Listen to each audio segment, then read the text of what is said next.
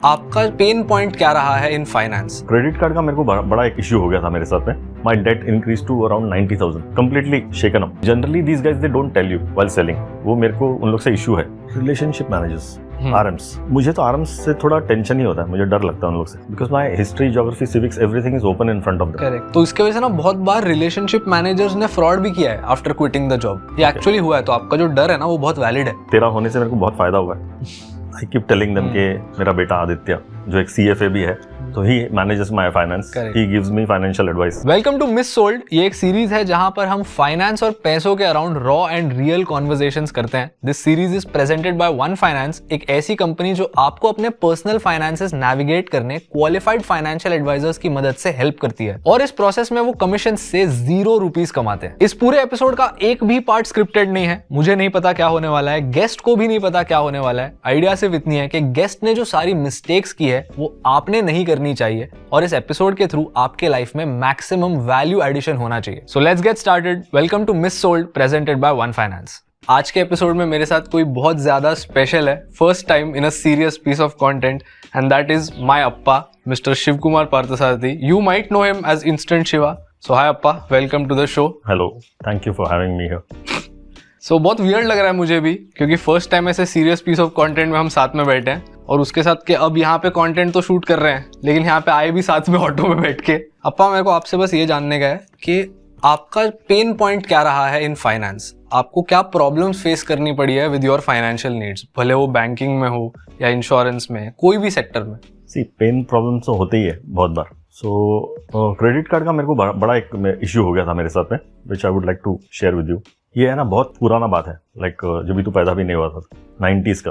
At that time I was working with a software development company and मेरी company में सब जितने employees थे सबके पास क्रेडिट कार्ड था. ऑल डेवलपर्स, तो सबके पास क्रेडिट कार्ड था.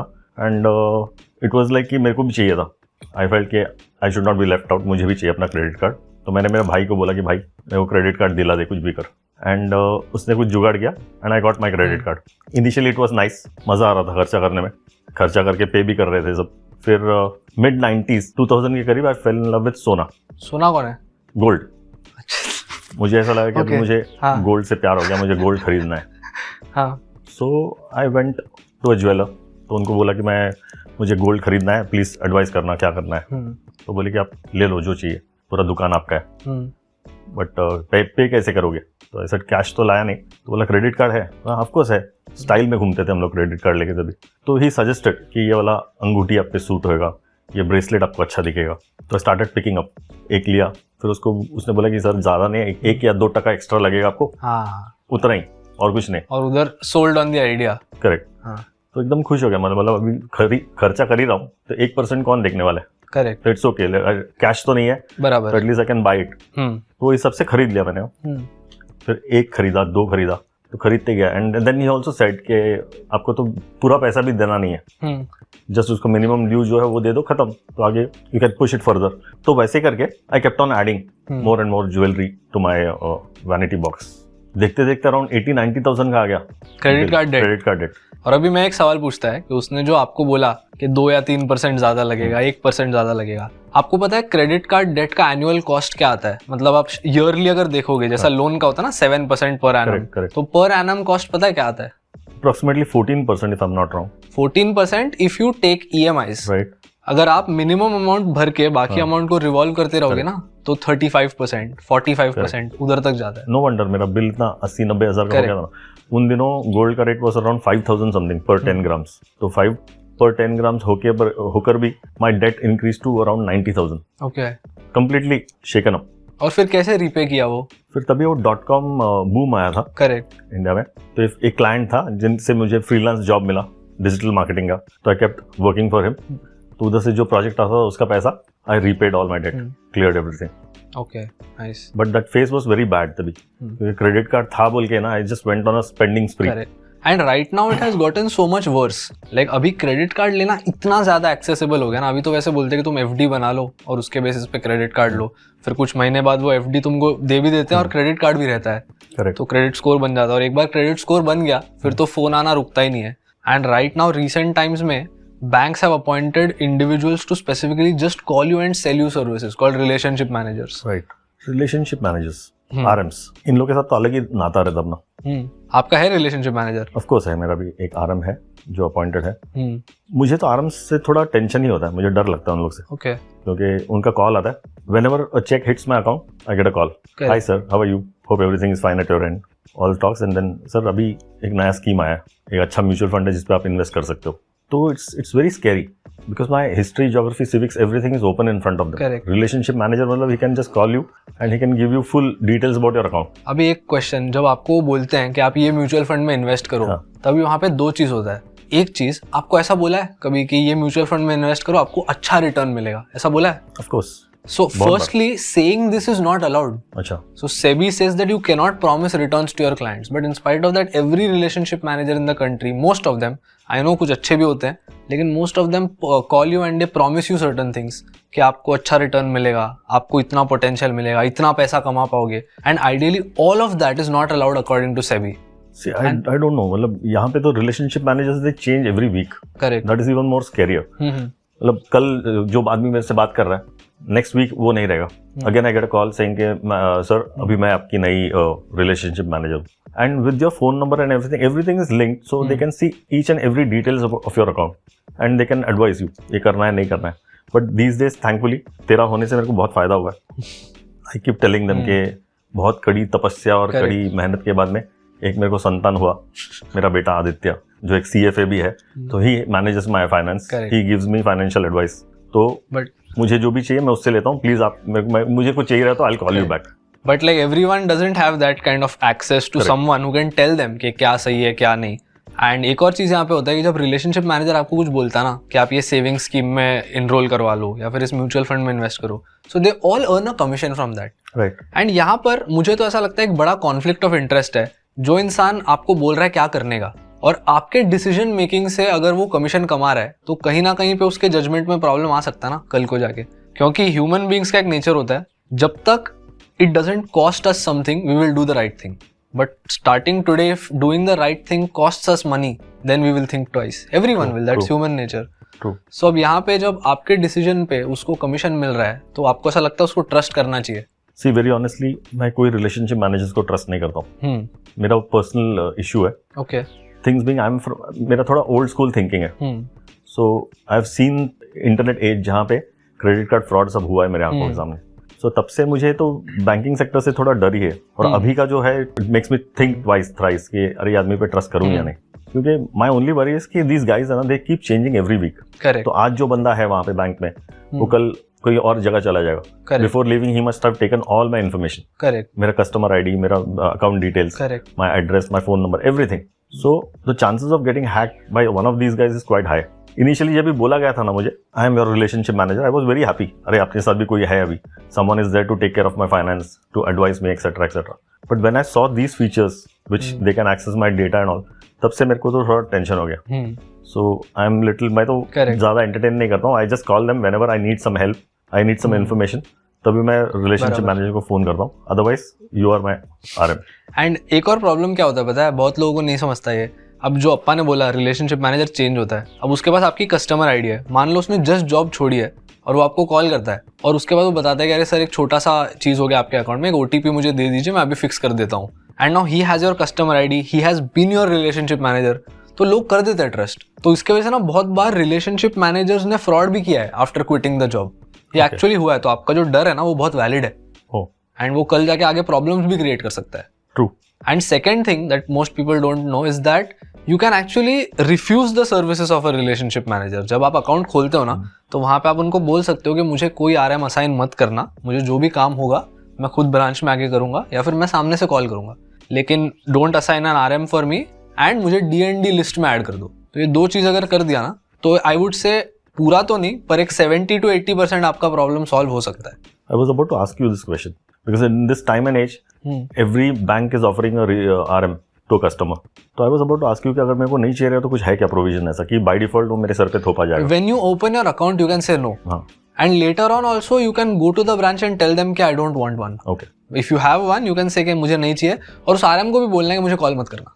Okay. तो अभी तो करता नहीं, since the time whenever he calls me, I advertise your profile to him, saying कि मेरा बेटा है, CFA, फाइनेंस है, मेरे को जो भी एडवाइस चाहिए मैं इसी के पास जाता हूँ। तो सुन के इतना बोर हो गया कि now he doesn't call, he stopped calling. Okay, तो अप्पा अभी जो अपना घर है वो तो अपना खुद का ही है और वो आपने और मम्मी ने लोन लेके लिया था। तो वो लोन लेते टाइम कुछ प्रॉब्लम्स हुए थे, कैसा था वो एक्सपीरियंस? सी मेरा ना 2 होम लोन एक्सपीरियंसेस है एक्चुअली। एक तेरे पैदा होने के पहले का, I had a flat in Vasai Virar, तो तभी मैंने एक लोन लिया था। And at that time while taking the loan I was told कि या ये लोन के लिए ना आपको एक पॉलिसी लेना बहुत जरूरी है। सी एट दैट टाइम क्या लाचारी तो होता ही है, we need that loan, correct, क्या लोन मिला तो घर मिलेगा, तो यू जस्ट गिव अप। तो बोल के चलो सही है सर, आप बताओ जहाँ पे साइन करना है कर देता हूँ, क्या एक पॉलिसी लेना, 2 ले लेता हूँ। तो वैसे करके ले लिया था एक लाइफ इंश्योरेंस पॉलिसी, एक मेरे पे और एक तेरे मॉम के नाम पे। So that went on for quite some time, बाद में उसको शायद हम लोगों ने क्लोज कर दिया। So this was one thing. तो मुझे एक जानना था कि ये क्या ऐसा मैंडेटरी होता है क्या while taking a home loan? Is it mandatory to buy insurance from that company और some? Not at all. What is it then? But see, it's up to the bank. Bank अभी कल बोल सकता है कि अगर आप इंश्योरेंस नहीं लेते तो हम लोन नहीं देंगे, और हर बैंक के बोलेगा।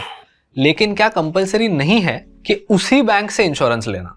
अब आप कहीं से भी टर्म इंश्योरेंस ले सकते हो और बैंक को बता सकते हो कि देखो ये मेरा टर्म इंश्योरेंस है, उन्हें वो टर्म इंश्योरेंस की डॉक्यूमेंट देनी है। एंड कई बार बैंक बोलेगा कि आप बैंक को वहां पे एज अ नॉमिनी ऐड कर सकते हो, उसके बाद हम आपका लोन एप्लीकेशन पास करेंगे।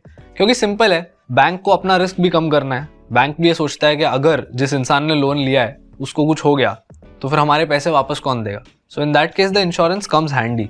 लेकिन उसी बैंक से लेना ये मोस्ट केसेस में गलत होता है, because of one main reason is how the bank sells you the insurance. अभी बैंक क्या बोलेगा, नॉर्मली आप कोई भी टर्म इंश्योरेंस लेते हो ना, तो आप उसका पैसा मंथली दे सकते हो, 3 मंथ्स में दे सकते हो, 6 मंथ्स में, या ईयरली दे सकते हो, या फिर तुरंत अभी वन टाइम भी दे सकते हो। So if you decide to pay one time right now, it's the most expensive.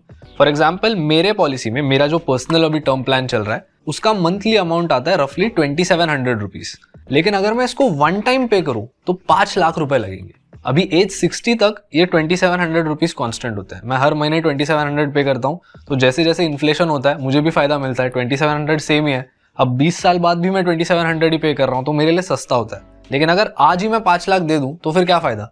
ये 5 लाख मैं कहीं और भी इन्वेस्टेड रख सकता हूँ ना। तो बैंक क्या करती है, जब आपको होम लोन के साथ इंश्योरेंस बेचती है ना, वो आपसे पूरा वन टाइम लेती है, 5 लाख फॉर एग्जाम्पल, और अब उस 5 लाख पे आपको इंटरेस्ट भी लगाती है, क्योंकि ये जो अमाउंट है ना वो आपके होम लोन में ऐड की जाती है। So now even after 10 years 20 years you are still paying for that 5 lakhs with interest. That's bad. So that's actually very bad for you. So अभी का फंडा क्या है? अभी I have no experience of taking house loan in the recent times. Correct. तो अभी भी do you have to buy an insurance before? Not necessarily, or you can tell them that I would like to buy a separate insurance from you for which I will pay monthly. That is also a good option. लेकिन buying it with the home loan and getting that amount added to your principal, उससे आपका interest cost और बढ़ेगा। Okay, हाँ, तो मेरा second home loan जो था, मतलब अपना अभी का घर, अभी का प्रेजेंट वाला, सेलिंग वाइज वहाँ पे कुछ मुझे मेजर तकलीफ नहीं हुई थी। It was quite easy, the procedure and everything was simple. Only thing is तभी 2 इंटरेस्ट रेट्स थे, लाइक एक फ्लोटिंग एंड फिक्स्ड वाला। But that manager, bank manager, she said कि आप please you go for fixed one. Fixed one was around 8.75 something at that time, and floating interest was around 7% something. तो 1.75 का फर्क था, but still she insisted कि आप है ना प्लीज मेरा बात मान लो, you go for this, because in the long run you will thank me. Later on I thanked her for sure, because over a period of time, I think 5-6 साल के बाद में एक ये हुआ था, क्रैश कुछ हुआ था housing, 2008. So we bought the house in 2006 and then 2008 came. So there was a big fluctuation in interest rates. तो तभी it was quite helpful to me, क्योंकि मैंने 8.75 में लिया था as a fixed, since she advised. Correct. Fixed पे जाओ, तो I went with her advice, and तभी जाके interest rates it shot up, and तभी मुझे I felt it was quite a good decision, and अभी भी I think it was good. So in that particular case, वो manager ने जो recommend किया था, it was very nice, it was helpful to me. Okay. But I don't know if it is advisable for anyone to go with fixed or floating. उसका फंडा मुझे पता नहीं था। फिक्स्ड या फ्लोटिंग करना है वो आपके पर्सनल सर्कमस्टांसेस पे और आपका जो कंट्री है और आपकी जो इकोनॉमी है वो कहाँ जा रही है उस पे मैटर करता है। एंड और एक चीज होती है जो कई बैंक्स बताते नहीं, इज दैट फ्लोटिंग रेट में अगर आप लोन लेते हो ना और आप उसको प्रीपे करते हो तो उस पर कोई चार्जेस नहीं लगते। फिक्स्ड रेट में प्रीपे करोगे तो चार्जेस लगेंगे। ओके। एंड फ्लोटिंग रेट का प्रॉब्लम ऑब्वियसली यही होता है कि जब भी आरबीआई इंटरेस्ट रेट बढ़ाता है तब आपके लोन का भी इंटरेस्ट रेट बढ़ेगा। लेकिन अब आपके केस में क्या हुआ था, बाद में 2008 आया उस 2008 के बाद जैसे इंटरेस्ट रेट्स बहुत तेजी से बढ़े तो इसीलिए आप फायदे में थे। True. लेकिन शायद अगर स्टेबल सिनेरियो था, अगर सब कुछ सिमिलर रहता था, so over the next 20 years floating rate लेना would have not been a bad idea. But क्योंकि तभी 2008 आया, आपके केस में वो आपके लिए काम कर गया। लेकिन मोस्ट केसेस में कैसा होता है, बहुत से लोग थोड़ा ज्यादा सेव करते हैं, कभी कभी ऑफिस से बोनस मिल जाता है तो वो बोनस यूज करते हैं होम लोन प्रीपे करने। तो अगर आपके पास फिक्स्ड रेट है ना, तो बैंक थोड़ा प्रीपेमेंट के प्रोसेस को डिफिकल्ट बना देगा, कभी कभी आपको पेनल्टी लगाएगा। तो इसीलिए फ्लोटिंग रहना मोस्ट केसेस में सेंस करता है when there is a stable scenario. Nice, that's a good insight.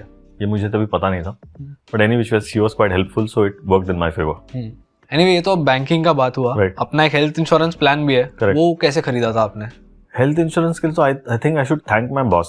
मेरे जो इमीडिएट बॉस थे मेरे ऑफिस में, उनका रिकमेंडेशन था। ही सेड कि बॉस कुछ भी हो जाए, one person should always have a health insurance, that comes very handy in case of any untoward situations ऐसा। तो उनके कहने पे I started going for health insurance. Thankfully बाद में माय कॉर्पोरेट एक्सपीरियंस के टाइम में company also used to provide us health insurances, तो most of the things were covered.